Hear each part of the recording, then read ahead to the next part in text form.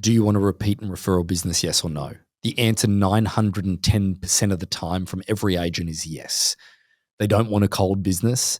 But the one thing that I want to point out to you is that the old model of real estate before the NAR settlement and before all of this publicity was never based around you building a repeat and referral business. The new model and the way that I know how to do real estate and have done real estate in many of the other different countries is all about building a repeat and referral business. So today's episode on Rethink Real Estate is about going through and identifying the opportunity that is in front of you to build a repeat and referral business far easier and far quicker through the way that real estate is progressing. An easy way to think about it and a different way of thinking about it. Hopefully you enjoy. Welcome to Rethink Real Estate. My name is Ben Brady, and this is a real estate podcast aimed to deliver sales strategies, marketing tips, and business insights from industry experts and myself to build a listing-focused business for the future. Let's get into it. I think one of the most consistent things that I've always been told within the real estate industry when it comes to North America is that when you sit down with an agent and you do business planning, it's like, I want to build a repeat and referral business. And I've really never heard anybody say otherwise. No, I want to build a cold business where I'm constantly reaching out to strangers rather than have clients that come back to me without a relationship and buy and sell real estate. It's an amazing thing that, you know, that's one of the things also that you get introduced when you get introduced to an agent for the first time. It's like, oh, I'm normally my business is a repeat and referral business, which is kind of code for that they don't want to do any outbound prospecting in any way, shape or form. You know, so the thing that I want to be very clear on here, though, is that with the new structure of things from an NAR perspective and the lawsuit and all of that type of stuff, that is all the hot topics when it comes to just complete clickbait, and probably one of the reasons that we're talking about it so much on Rethink Real Estate. But the thing that I want you to understand is that with this change, if there are less buyers that are represented or there's less buyer side compensation that's offered, for the listing agents out there, I need you to understand that there's no slippage in your business at that point. I had to reflect on the way that we did real estate in Australia and definitely the way that I did it and that I've seen many, many people do it. If you think about it, who did I buy my home off? I have an agent that represented me, okay, on the sale with Callistra and I. Who am I calling when I want to sell that property? It's not the listing agent that had the property the first time around. It's actually my buyer's agent who I have a relationship with. Obviously, if the transaction went well. So as a listing agent, you selling a property to a buyer that's represented, I think that there's got to be an upwards of 80%. And again, I don't know the number of that. I don't know the percentage of that. I'm just completely guessing at this point, is that there's got to be upwards of 80% of that business that you as a listing agent don't get back because that buyer was represented by a buyer's agent that has the relationship with that person. And naturally, they will call that buyer's agent when they go to sell.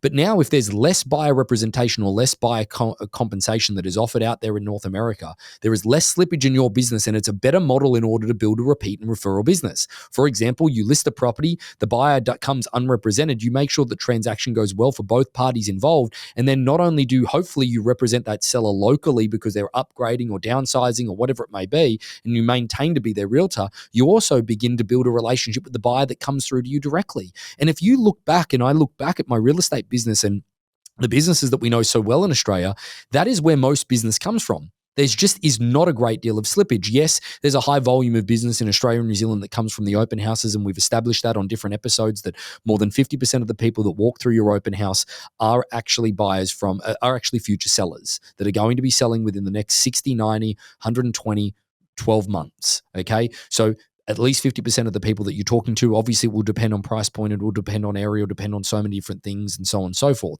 But that said, is that if you look at the volume of slippage that there is at the moment, that if you take on a listing, now this is even something else that I really am fascinated with.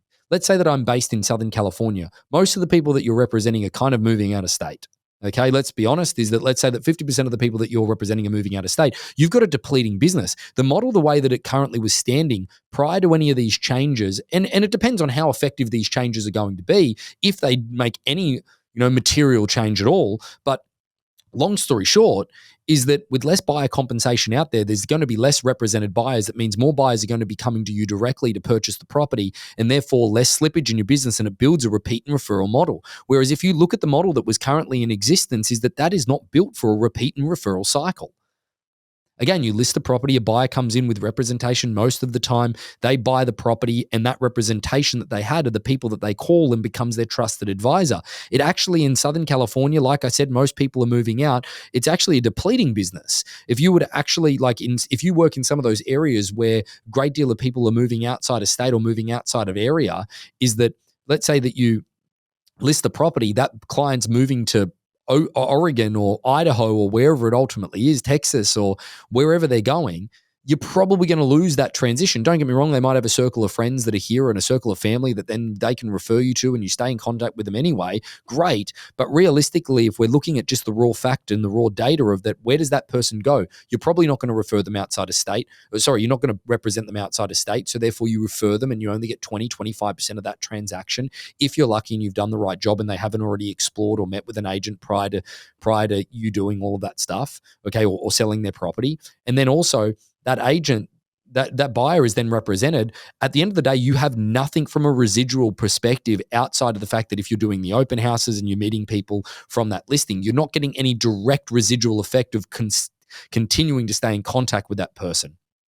I thought it was a fascinating thing to actually understand, is that the way that the model of real estate is designed right now is not designed for repeat and referral in many, many cases and in many, many areas. Don't get me wrong, there's another element of this where you might be in an area, say like Oregon, where they buy their first home with you, then they upgrade and you do a couple of transactions with them along the way and they stay local. But if you're in an area where most people are moving outside of state for whatever reasons, whether it's tax perspective, whether it's retirement, whether it's this, that, and the other, where a lot of your business is moving outside of state, again, that is something where you're seeing a depleting nature of your repeat and referral business. Again, there is a huge argument to say that they have a sphere of people here and da-da-da, like I've already said.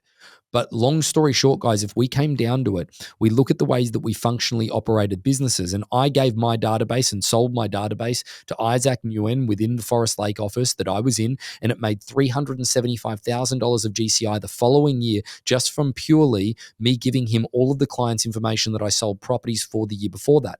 I was doing upwards of 150 transactions a year within my business. I think the total number was 197 the last year that I was in it with the business owners, Bill Cooper and Mel Rodrigo. And realistically, guys, is that from all of those transactions, 100% of those people were unrepresented in Australia. So therefore, I had the opportunity to go back and represent them when they were looking at selling. And one of the reasons we love Forest Lake is because of the high turnover. If you were to look in your marketplace now, it's gone are the days of those times where, every 7 years someone sells. Actually, the average now, if you had to look at the national statistic, is between 4 and 5 years. It's getting shorter and shorter and shorter, and a lot more people are getting, a little bit more itchy feet now. And again, COVID definitely provoked that, people moving and changing and wanted to change their addresses and change where they live at the moment because it might not be enough space or, the location or whatever it is. There was a lot more change that definitely did come into play.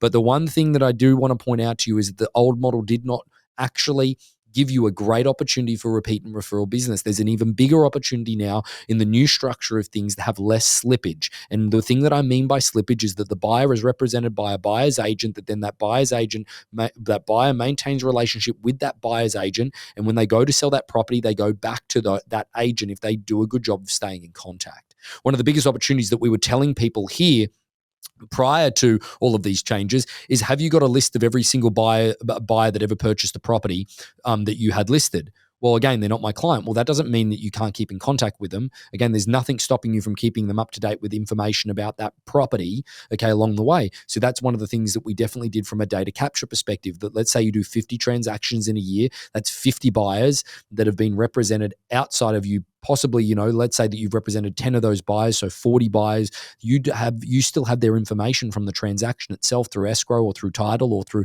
wherever it is that you're operating.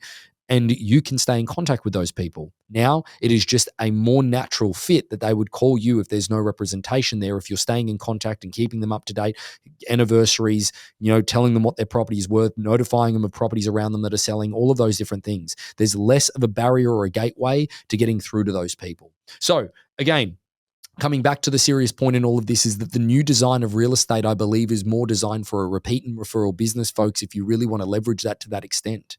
Because again, less buyer side commission that might be out there from a representation. There's no doubt that there will be less out there. It means more buyers representing themselves. So therefore, that gives you less of, less of a game of telephone through that agent, which I think more deals will come together easily, and also gives you the opportunity to build relationships with people that in a situation that I don't think you would have had an opportunity to do so.